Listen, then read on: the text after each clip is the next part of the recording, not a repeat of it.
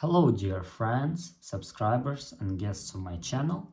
In this video I want to show and tell you how to watch age-restricted videos on YouTube Mobile.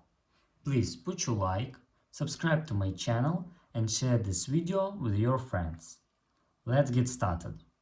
So, first we need to go to YouTube.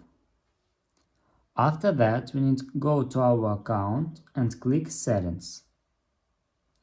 After that, click General, and here you can turn off restricted mode.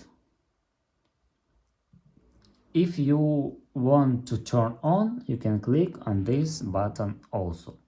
And that's all. If you enjoyed this video and found it helpful, please put your like, subscribe to my channel and share this video with your friends. Bye bye everyone. See you later.